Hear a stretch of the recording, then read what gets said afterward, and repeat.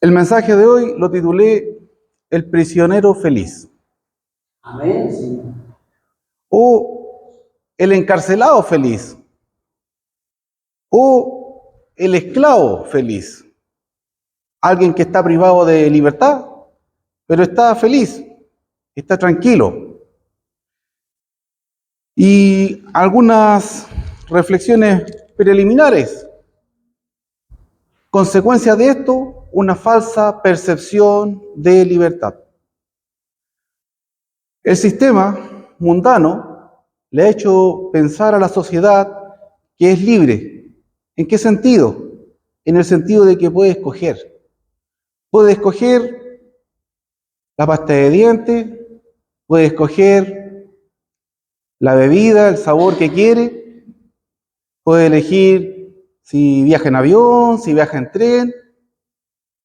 Entonces, poder elegir le ha brindado a la sociedad una falsa perspectiva ¿de qué? De libertad. Una perspectiva, una visión falsa. ¿Y quién ha puesto los límites de poder elegir? El mismo sistema, los que manipulan a las masas.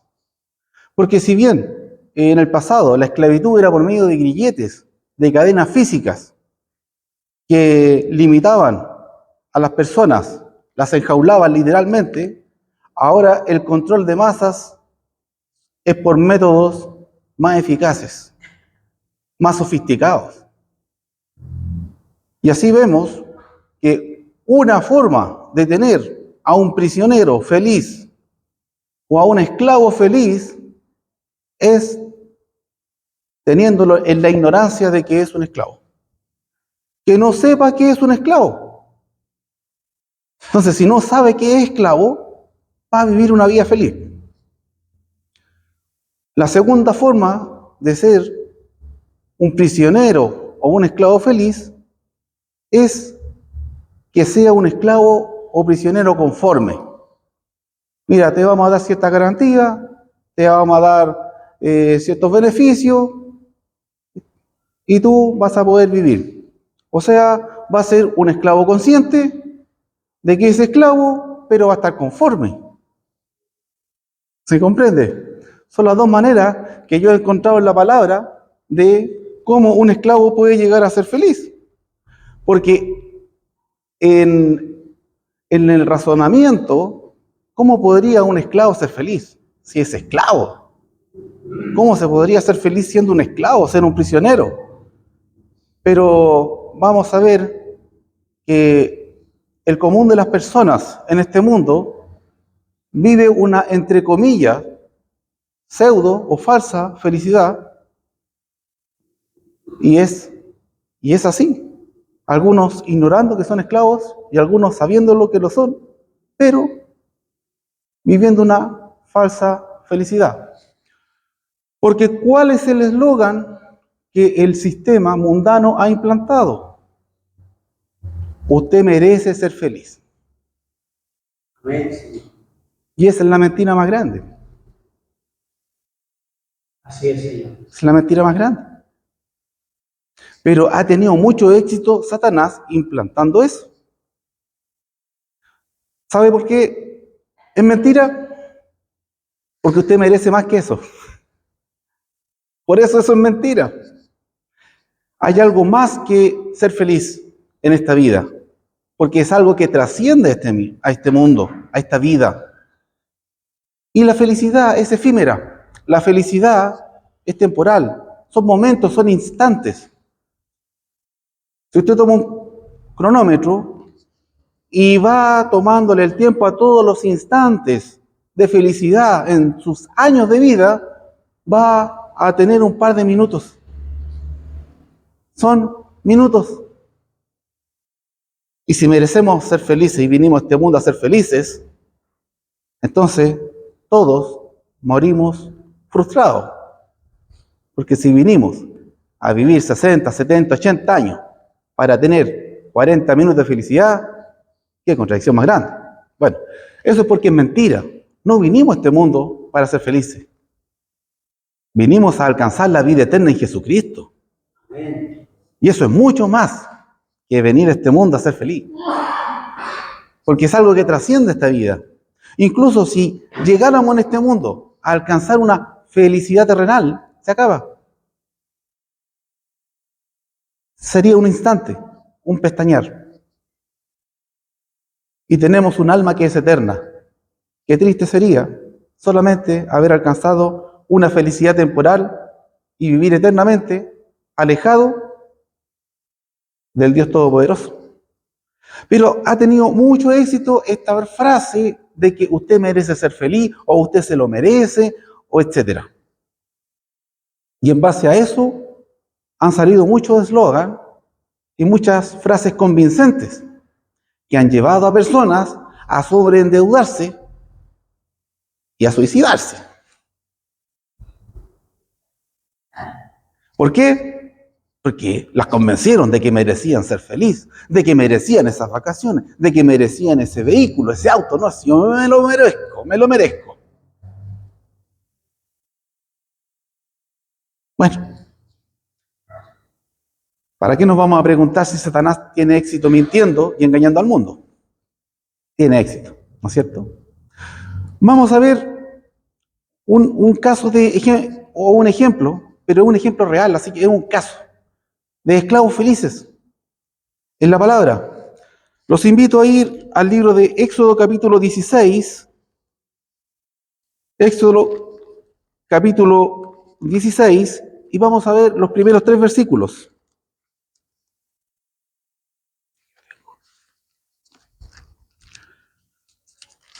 Nos van a hablar de Israel. Bien. Éxodo capítulo 16, los primeros 3 versículos, ¿qué nos van a decir? Vamos a ir uno a uno. Usted después puede leer el capítulo entero. Y dice así: partió luego de Elim toda la congregación de los hijos de Israel y vino al desierto de Sin, que está entre Elim y Sinaí, a los 15 días del segundo mes después que salieron de la tierra de Egipto. Versículo 1. A ver, ¿cuánto tiempo transcurrió? Éxodo 16, versículo 1 al 3. No importa si no lo encuentran ahora, anótenlo. O yo les doy los versículos después. Lo importante ahora, ponga atención. ¿Ya? Amén. Ponga atención. Si no tiene habilidad para buscar, no importa. Ahora, atención. Después yo le puedo dar los pasajes escritos. Primer versículo nos declara cuánto tiempo transcurrió. ¿Cuánto tiempo transcurrió? ¿Quién se dio cuenta? ¿Pasaron generaciones? ¿Pasaron años? En el segundo mes, a los 15 días, dice. 1 mes y medio. Fíjese eso en su mente. Tiempo, mes y medio. Segundo versículo de Éxodo 16. Y toda la congregación de los hijos de Israel murmuró contra Moisés y Aarón en el desierto. No pasaron generaciones, no pasaron años, pasaron un par de días. Y la congregación, los hijos de Israel, que fueron rescatados con la mano de Dios y con todas esas señales y proezas, etcétera, que empezaron a murmurar contra Moisés y Aarón. ¿Y qué decían? ¿Y qué decían los hijos de Israel? Ojalá hubiéramos muerto por mano de Jehová en la tierra de Egipto. Deseaban haber muerto en la tierra de Egipto. Cuando nos sentábamos a las ollas de carne, cuando comíamos hasta saciarnos. Cuando comíamos pan hasta saciarnos. Ellos hacían memoria de ollas de carne, de pan en abundancia, que comían hasta que ya no podían. Ellos echaban de menos la vida en Egipto. Y aquí no hay ningún ignorante de que la vida en Egipto de ellos era la vida de un esclavo. Ellos en Egipto eran esclavos. Tenían una vida de esclavo, obligaciones de esclavo. Derechos ninguno, porque eran esclavos. Pero no les faltaba la comida. Pero ellos murmuraron contra Dios, y fíjese cómo murmuraron. Ojalá hubiéramos muerto en Egipto. Pensaban ellos en su corazón que Dios no tenía algo mejor para ellos que una vida de esclavos en donde los saciaban con carne y pan. Con eso en su corazón, no es de extrañar que vagaron 40 años por el desierto y ninguno vio la tierra prometida. Sabemos que todos sus cadáveres quedaron en el desierto, no, ninguno alcanzó la tierra prometida, solamente 2 personas, Josué y Caleb, de 650.000 personas aproximadamente que salieron, sin contar los niños y las mujeres, de Egipto. Con eso en su corazón, no es de extrañar que solamente 2 personas llegaron a la tierra que Dios les había prometido. Y esto es un ejemplo para nosotros, como cristianos. Porque ese olorcito a carne, esas ganas del pancito, viene siendo la vida antes de haber llegado a Cristo. O la vida que le promete a Dios a usted si todavía no ha llegado a Cristo. Porque estoy presuponiendo que todos aquí han obedecido el Evangelio, ¿no es cierto? El punto es este. Nosotros cuando obedecemos el Evangelio, dejamos atrás la vida del mundo. Las ollas con carnes y el pancito. Para vivir una vida que es mucho mejor, que tiene promesas eternas. Aunque aquí podamos pasar un poquito de frío, un poquito de hambre, Dios para nosotros tiene promesas eternas. No podemos perder eso de vista. ¿Cómo vamos a cambiar o transar lo temporal por lo eterno? Y lo eterno en toda su dimensión, que es lo mejor que Dios puede darnos. Eso es lo que dice la palabra. Que Dios nos va a bendecir con toda bendición espiritual en Cristo. A los que sean fieles. Con toda. Usted ni yo podemos dimensionar cuánto. Preguntémonos, ¿con cuánto Dios puede bendecirnos? Si no somos capaces ni de dimensionar o contar las 2 o 3 bendiciones que hemos recibido en este mundo, comparado con la infinidad de bendiciones que Dios tiene para nosotros en el otro mundo. ¿Cómo vamos a transar las cosas de este mundo por las que Dios tiene preparadas eternamente? Pero muchos vuelven atrás. Despierta el deseo de volver a las ollas con carne y al pan hasta saciarse. Vuelven al mundo. Algunos prontamente, después de las aguas bautismales, vuelven al mundo. Algunos ni se han secado el agua y vuelven al mundo. Otros caminando un tiempo y otros tristemente después de un tiempo significativo. Y la figura de eso es lo que le pasó al pueblo de Israel. Quedaron tendidos en el desierto. Bueno, ¿qué vemos aquí? En pocas palabras, aparentemente ellos eran esclavos felices. Porque echaban de menos. Ojalá hubiéramos muerto en Egipto.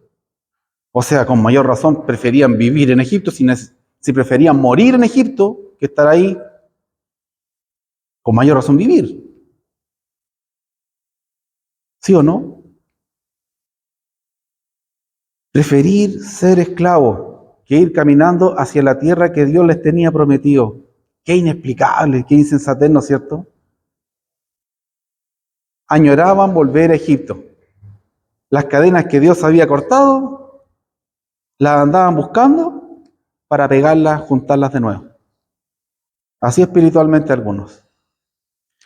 Triste total, triste total. Y en el mundo pasa lo mismo. ¿Qué ofrece el sistema? Como dice en griego, mundo es cosmos, que es sistema. ¿Qué ofrece el sistema? Pan y circo. Pan y circo. Entretención y un bocado. Una probadita, un bocado. Con eso los mantienen entretenidos, los mantienen ocupados, no los dejan pensar. Fíjense cómo todo bombardea, sobre todo a la juventud, que son los más vulnerables, y a los no tan jóvenes también, porque ya fueron jóvenes y vienen arrastrando ya una tendencia, entonces no tienen mayores defensas contra eso. Fíjese cómo hay un bombardeo, cómo hay una fuerza promotora a todo lo que es diversión. Se promueve el carrete, se promueve la vida bohemia, la sexualización, el tema de droga, y la lista es infinita. Y ese famoso dicho del mundo que inventó Satanás, un rumor que hizo correr Satanás y fue como el fuego en el pasto seco. Así, hay que pasarlo, perdón, hay que portarse mal para pasarlo bien. Otra mentira grande, ¿no? Todos los que se portan mal terminan pasándola mal. El rato, el momento la pueden pasar bien. Pero las consecuencias más temprano que tarde llegan a nuestras acciones. Siempre, siempre las consecuencias a nuestras acciones llegan. Siempre. Eso está asegurado. Podemos elegir la vida que queramos, tomar las decisiones que queramos, pero no elegir las consecuencias. Pero el mundo mantiene ocupada a la gente, ocupada pensando, pero pensando en basura. Y no se sienta mal, porque aquí estamos para corregirnos. Amén. Porque quizás algún ejemplo le llegue a usted, pero este no es un mensaje dirigido a nadie, este es un mensaje general. Pero es muy probable que alguna cosa, algún ejemplo le pueda llegar. El tema, por ejemplo, digital. Hay personas que han dejado de vivir la realidad y están prácticamente viviendo una vida virtual, digital. Se levantan y a una pantalla. Televisor, computador, celular y acostarse.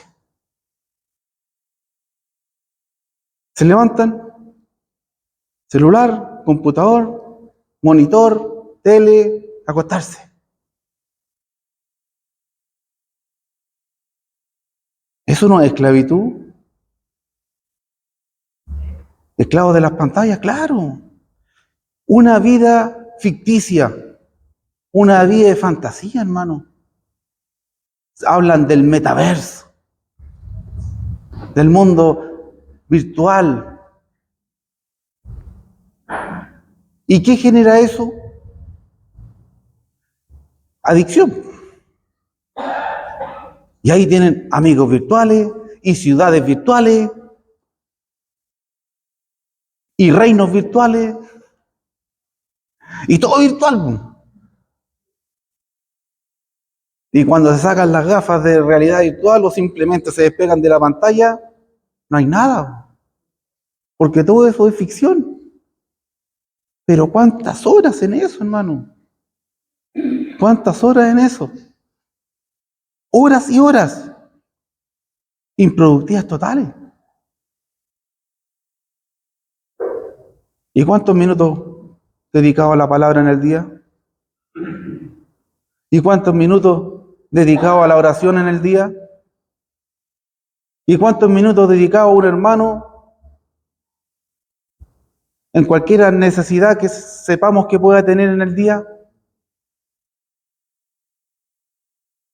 No, es que estábamos en el mundo virtual. No sirve. Cuidado, hermano, porque el mundo tiene técnicas para manejar masas.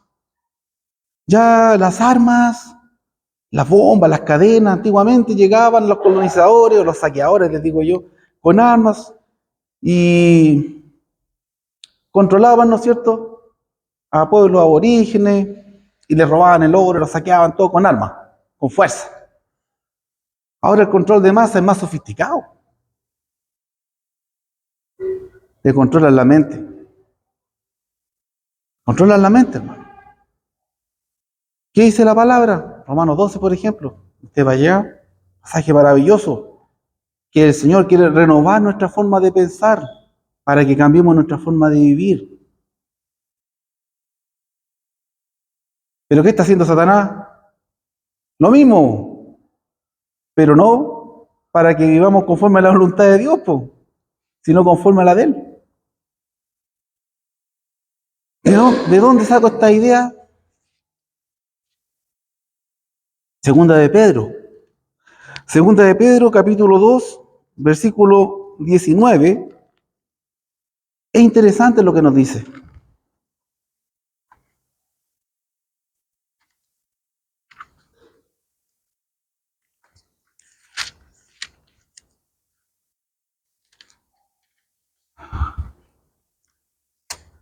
Segunda de Pedro, capítulo 2, versículo 19. Aquí Pedro va a presentar una regla general. ¿Ya? Una regla general. Y tristemente, sin ofender, sin condenar, etcétera, varias personas que conocemos, quizá alguno de nosotros mismos va a caer aquí. Fíjese lo que dice el apóstol. Segunda de Pedro, capítulo 2, versículo 19. Vamos a leer hasta el 22.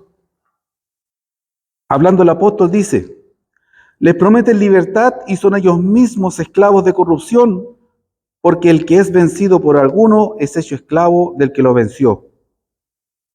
Ciertamente, si habiéndose ellos escapado de las contaminaciones del mundo por el conocimiento del Señor y Salvador Jesucristo, enredándose otra vez en ellas son vencidos, su postrer estado viene a ser peor que el primero, porque mejor les hubiera sido no haber conocido el camino de la justicia, que después de haberlo conocido, volverse atrás del santo mandamiento que les fue dado. Y aquí el apóstol toma un proverbio. Pero les acontece lo del verdadero proverbio: el perro vuelve a su vómito. O sea, el perro vomita y se come su vómito. Es su naturaleza, asquerosa. Y Pedro, para intensificar esa idea, agrega: y la puerca lavada a revolcarse en el cieno. O sea, usted deja limpiecito un cerdo y el cerdo se va a revolcar en la inmundicia. Es su naturaleza. Así ve espiritualmente Dios a la persona que se vuelve atrás. La figura de Egipto, pero aquí espiritualmente. El cristiano que va hacia la promesa del cielo, nuestra tierra prometida no está en este mundo. Tenemos mejores promesas, dice la Escritura. A Israel, terrenal, físico, le fue prometida, ¿no es cierto?, la tierra prometida para ellos.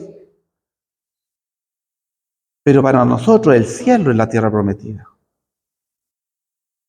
Ellos iban caminando hacia la tierra prometida y los que no eran dignos cayeron en el camino. Nosotros vamos caminando al cielo, hermano. Y corremos el riesgo de caer también en el camino. Pero piense que nosotros no vamos caminando a lo que es Palestina, ahora ya donde está el conflicto bélico y todo eso. No vamos caminando a un lugar físico, bonito, un paraíso terrenal. No, vamos caminando a donde está Dios.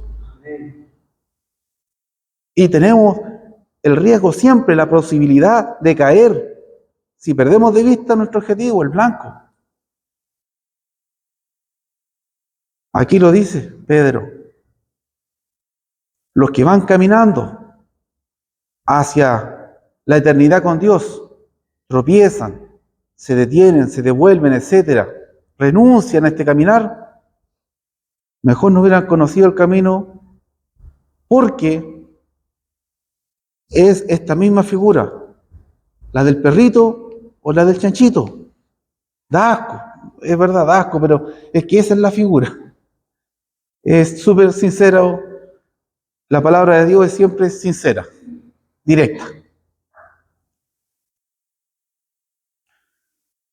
¿Cómo comienza el trozo que leímos? Fíjese, versículo 19.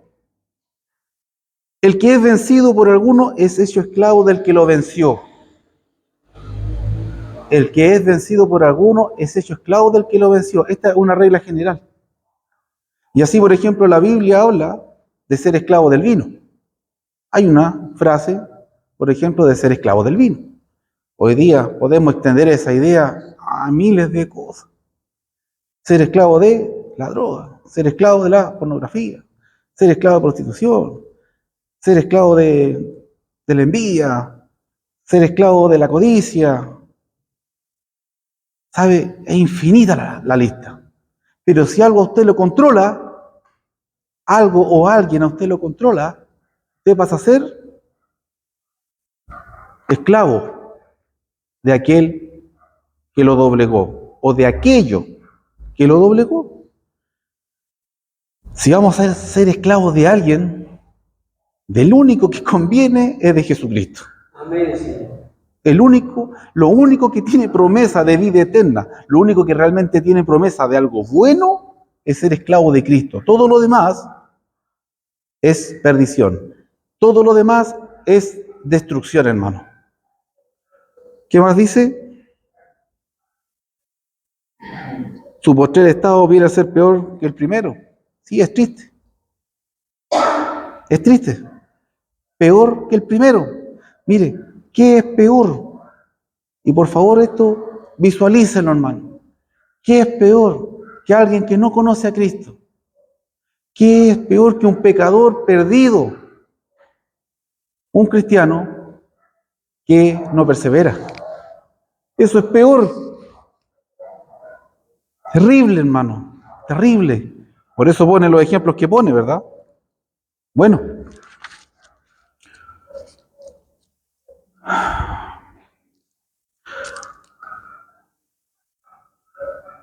Hablábamos de que no conocían la verdad, pero conocieron la verdad, dice Pedro.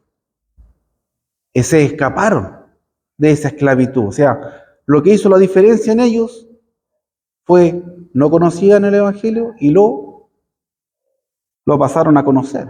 Da la impresión de, bueno, conocer el Evangelio liberta. Es más o menos lo que nos dice Segunda de Timoteo. Vamos a ir a Segunda de Timoteo, capítulo 2. Segunda de Timoteo, capítulo 2. Las cartas de Pablo están atrás, ¿verdad? Bien atrásito. Segunda de Timoteo, capítulo 2. Versículo 24. Aquí nos va a declarar las virtudes, las cualidades del siervo del Señor, del esclavo del Señor. Y fíjese cómo esto se antepone a ser feliz. Porque usted dice, yo merezco ser feliz. Entonces, no somos aptos para ser siervos del Señor. Porque muchas de estas cosas vamos a tener que anteponer nuestra felicidad. ¿Por qué? Porque hay algo más importante que ser feliz. Estar en la eternidad con Dios un día. ¿Cuál es eso? Fíjese lo que dice aquí. 2 de Timoteo 2:24 y siguientes. Porque el siervo del Señor no debe ser contencioso. Nosotros nos andamos buscando pelea, aunque a veces a nosotros nos buscan. Y nos aguantamos. Como decimos en buen chileno, agachamos el moño. ¿Por qué? Porque somos siervos del Señor. Tiene que ser amable para con todos. Podemos ser amables, pero es que aquí dice con todos. Hay veces en que cuesta ser amable, y aquí dice con todos. Tengo que dejar a un lado a veces la felicidad, sí, porque hay personas con las que es agradable ser amable, y con otras es casi imposible. Y aquí dice con todos. ¿Y mi felicidad? ¿Qué más? Apto para enseñar. Yo he pasado rabia enseñando, hermano. Yo he pasado rabia, y no lo digo en broma. Me han hecho pasar rabia, y me lo he tragado por el Señor. Por el Señor. Sufrido. ¿Sí? Ahí está explícito, sufrido. A veces vamos a tener que sufrir. Somos siervos del Señor. Con mansedumbre debemos corregir a los que se oponen. Con mansedumbre. ¿Qué significa ser manso? Literalmente, fuerza bajo control, hermano. Fuerza bajo control. Nuestra fuerza tiene que estar siempre bajo control. Es fácil perder el control. A veces una situación nos echa a perder el día, nos amarga. Necesitamos ser mansos, tener dominio propio, tener control sobre la situación siempre. Y eso solamente lo vamos a lograr en el Señor. Olvidémonos de la felicidad. Ya la felicidad quedó en segundo plano. Nuestra meta es más arriba. Agradar a Dios. Que Él, cuando estemos delante de Él, diga: bien, fue siervo fiel. Sobre poco fuiste fiel, sobre mucho te pondré. Fuiste fiel en lo poco, ahí un par de minutos en el mundo. Ven, entra en la eternidad. Ven conmigo ahora. ¿O no queremos eso? Claro. Y miren lo que dice el versículo 25, la segunda parte. Por si quizá Dios les conceda que se arrepientan para conocer la verdad. Dos cosas. La figura que dice, por si quizá Dios les conceda que se arrepientan, es como si Dios elige quién se arrepiente y no. Eso no significa eso. Aquí la idea es que hay un libre albedrío. La oportunidad es para todos, pero Dios no impone el arrepentimiento. El arrepentimiento es un acto que nace voluntariamente de la persona. El arrepentimiento es un acto totalmente personal, porque literalmente una persona puede decir: ¿sabe? No me arrepiento de nada. Y lo escuchamos a diario, por todas las pantallas, por los medios escritos también, impresos, quise decir. Yo muchas veces he escuchado a, entre comillas, pseudo famosos: no me arrepiento de nada. Está bien, es su decisión. También eso va a tener sus consecuencias. Lo dice, asúmalo. Por si quizás Dios le conceda que se arrepientan para conocer la verdad. Esta otra parte que va junto a la primera que expliqué, alude a que ignoran la verdad. La verdad en la Biblia aparece de distintas formas. Aparece como el Evangelio, el mensaje de salvación, el mensaje de reconciliación, etc. Pero estamos hablando de lo mismo. Lo único que puede producir en la persona un cambio, un antes y un después. Con Dios y sin Dios. Con Cristo, sin Cristo. Muerto espiritualmente, vivo espiritualmente, etc. Así que aquí está hablando de los que no conocen el mensaje de reconciliación, el mensaje del Evangelio. ¿Bien? ¿Y qué pasa con estas personas? Que si se arrepienten, que es una decisión personal de la persona que va a escuchar el mensaje, van a poder escapar del lazo del diablo. Dice, y escapen del lazo del diablo en que están cautivos a voluntad de él. ¿Qué significa cautivo? Cautivo significa privado de libertad. Eso significa cautivo, privado de libertad. El diablo los tiene privados de libertad. Pero ocurre que hay personas que son esclavos del diablo porque ignoran que lo son. Por eso dice, por si quizá Dios les da que se arrepienten. Es decir, al llegar el mensaje de Dios a ellos, al llegar Dios a ellos a través de la palabra, ellos respondan con arrepentimiento. Eso es lo que está diciendo ahí. Pero quizá ellos no sabían que eran esclavos del diablo y cuando lo sepan, están de acuerdo en seguirlo siendo. Puede ser el caso también. ¿Se entiende, verdad? ¿Y dónde vemos eso? Eso lo vemos en Juan 3 primero vamos a ver. Juan capítulo 3.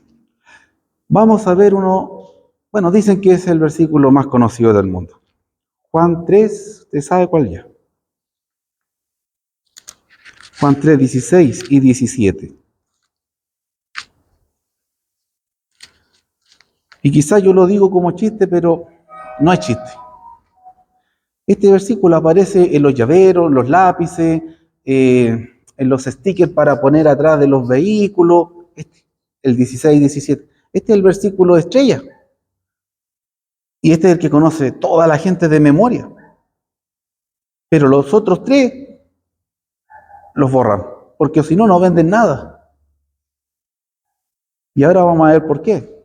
Y vamos a confirmar lo que les traté de explicar delante, literalmente. Juan 3:16 dice, bueno, ustedes se lo saben de memoria realmente, dice, porque de tal manera amó Dios al mundo que ha dado a su Hijo unigénito para que todo aquel que en él cree no se pierda, mas tenga vida eterna. Porque no envió Dios su Hijo al mundo para condenar al mundo, sino para que el mundo sea salvo por él. Perfecto. Dios amó de tal manera, amó tanto al mundo que envió a su Hijo para que el mundo sea salvo. Perfecto, entonces estamos todos salvos porque vino el Hijo de Dios a salvarnos. Así lo entiende el mundo. Así lo entiende, ¿no es cierto? Y el 17, Dios no envió a su Hijo para condenar al mundo, sino para que el mundo sea salvo por él. ¿Ve? Confirma el 16. ¿Estamos listos? No necesitamos entender nada más. Amén. Sí. Y realmente estos son dos versículos de una conversación de 36 versículos. Yo le invito a usted a leer el capítulo 3 completo, la conversación completa de Jesús con Nicodemo, para entender todo en su contexto. Porque al tomar 2 o 3 versículos le damos el contexto que queremos y con ese pretexto llegamos a lo que queremos. Mas yo solamente voy a leer los 3 siguientes para desacreditar la gran mentira que dije recién de que con esos 2 versículos estamos listos. No, mentira, porque si no, los otros 3 no estarían, po. ¿Y qué dicen los otros 3? El que en él cree no es condenado. Ah, aquí aparece una condición. Entonces, claro, Dios amó tanto al mundo que envió a su Hijo para que Él pueda salvar al mundo. Y Él vino a salvar al mundo, no a condenarlo. Pero yo tengo que creer. Perfecto. Estoy en el 18. El que en él cree no es condenado, pero el que no cree ya ha sido condenado porque no ha creído en el nombre del unigénito Hijo de Dios. Entonces tenemos 2 grupos, los que han creído y los que no han creído, los que van a creer y los que no van a creer. Es decir, Cristo vino al mundo a salvarlos a todos. Cristo muere en la cruz por todos, pero no todos van a responder a esa oportunidad. No todos van a tomar esa oportunidad. ¿Bien? Un ejemplo sencillo. Puede haber una obra de teatro y le dicen entrada liberada. O puede ser un partido de fútbol, lo que usted quiera, lo que le guste. Eso no significa que van a ir todas las personas, porque es gratis. Yo no voy a ir a un partido ni aunque sea gratis, no me interesa el fútbol. A otro quizás no le interesa el teatro, y así. Entonces el hecho de que sea gratis no significa que yo voy a ir. ¿Verdad? Versículo 19. Y esta es la condenación, que la luz vino al mundo y los hombres amaron más las tinieblas que la luz, porque sus obras eran malas. ¿Qué ocurre? Hay personas que van a querer seguir viviendo en las tinieblas. Amén. Sí. Todo el mundo está bajo tinieblas. Viene la luz a resplandecer y hay personas que van a buscar lo oscuro. Buscan lo oscuro. Ellas mismas son tinieblas, dice. Porque todo aquel que hace lo malo aborrece la luz y no viene a la luz para que sus obras no sean reprendidas. Y por último, confirma en el 21, mas el que practica la verdad viene a la luz para que sea manifiesto que sus obras son hechas en Dios. Entonces, hay personas que están bajo el lazo de Satanás. Hay personas que están en las tinieblas porque ignoran la verdad de Dios. Primer esclavo feliz. No sabe que es esclavo. Si el perro que conoce el puro jardín está feliz ahí, si cree que ese es todo, cree que eso es todo, el patio, ese es su mundo, ábrale la puerta. Nunca más lo encuentra ese perro. Sí, sí. Nunca más encuentra ese perro. Un pajarito en una jaula, nace en la jaula, está feliz en la jaula. Siempre ha vivido ahí, cree que eso es todo el mundo. Déjele la puerta abierta y muéstrele el cielo. Nunca más vio ese pájaro usted, nunca más lo vuelve a ver. Primer caso de esclavo, no sabe que es esclavo, está feliz, porque no sabe. Segundo caso de esclavo, sabe que es esclavo, pero decide seguir siendo esclavo.